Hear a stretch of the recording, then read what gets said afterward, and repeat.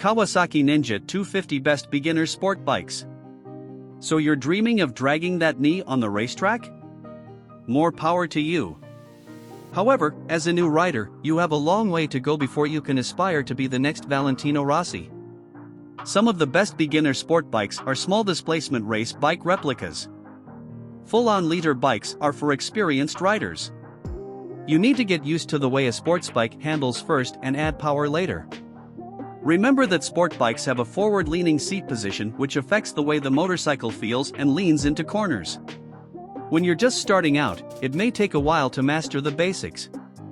One of the best entry-level motorcycles in the sports bike category is the Honda CBR 125. It ticks all the boxes, it's lightweight, nimble, and forgiving for a new rider. This bike is reliable. Honda is famous for building solid, indestructible motorcycles. Additionally, it's ridiculously fun to ride even with its small displacement engine. The CBR also looks the part with its race replica color scheme and sleek design, and it will give you a feel of how a sport bike handles both on the street and on the track. Finally, it won't break the bank either, and since these bikes are popular among new riders, you'll probably easily find it a new home once you're ready to move on to bigger machines. Another excellent beginner sport bike is the Kawasaki Ninja 250. Slightly more powerful than the Honda CBR 125, the Ninja is a great bike for a first-time motorcycle rider. It will happily tackle curvy mountain roads in weekend rideouts as well as serve as a solid street or commuter bike whenever needed.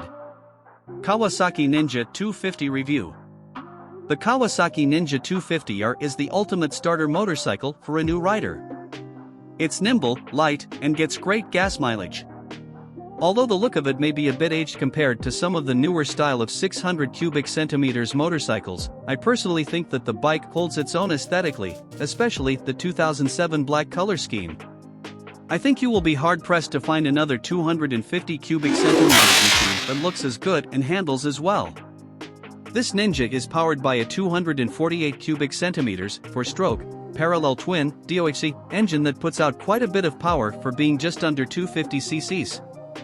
It can run the a quarter mile in 14.6 seconds at 88 miles per hour, which isn't as fast as other larger displacement bikes, but I think this is more than enough for the real world.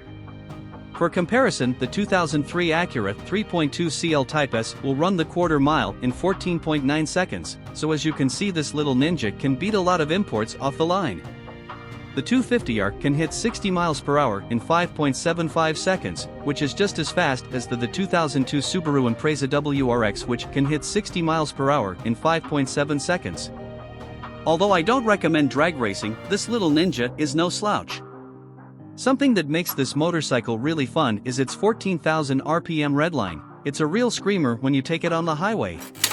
The Ninja really loves being wound up to 9,000 RPMs. And at around 10,000 you can really feel it start to grip the asphalt.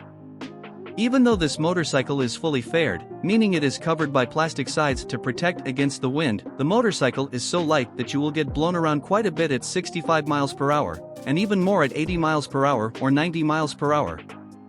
This isn't entirely a bad thing, it just takes a little getting used to. This motorcycle is great for the shorter rider. If you are only a few inches over 5 foot, then you will think this motorcycle is a godsend compared to other 600 cubic centimeters bikes. Even if you are shorter than that, I'm sure that if you shaved the seat down a little you would be very comfortable on it. On the other hand, I personally know of a few 250 riders that are around 5'9" and they have never had any problems with this bike. Usually these are the tall skinny type of guys, so if you are more than 250 pounds I would probably recommend going for the Suzuki GS 500 or the Kawasaki Ninja 500, which have a little more horsepower. Finally, the best thing about the Ninja 250, in my opinion, is how inexpensive it is to own and maintain. There is a myth that motorcycles are much cheaper to ride than buying a car. This may be true for the initial purchase, with the average 600 cubic centimeters motorcycle being less than $10,000 and your average car being over $15,000, but once you add in tires, maintenance, motorcycle gear, insurance, etc., the price of riding a motorcycle quickly climbs to much more than a car. The type of motorcycles that started this myth were most likely bikes, just like the Ninja 250. Not only is it cheap to buy, at around $3,000 brand new, but it also gets as much as 60 miles to the gallon. The reliability of the Ninja is simply fantastic and will continue to run tens of thousands of miles with just oil changes and new tires. Even if you do run into some trouble, the Ninja 250 has had few mechanical adjustments since the late 80s, which means that parts for this motorcycle are everywhere. So if you want one of the cheapest forms of transportation that can take you on surface streets and freeways, then the Kawasaki Ninja 250R fits the bill. Pros: small and nimble. Gets about 50 miles per gallon. Very forgiving to new rider mistakes. Inexpensive. Brand new around $3,000. Cons: fully fared motorcycle, expensive to fix the plastics. Broad RPM range, you really need to wind it up to get it going. May get blown around more on a windy day than your average 600 cubic centimeters.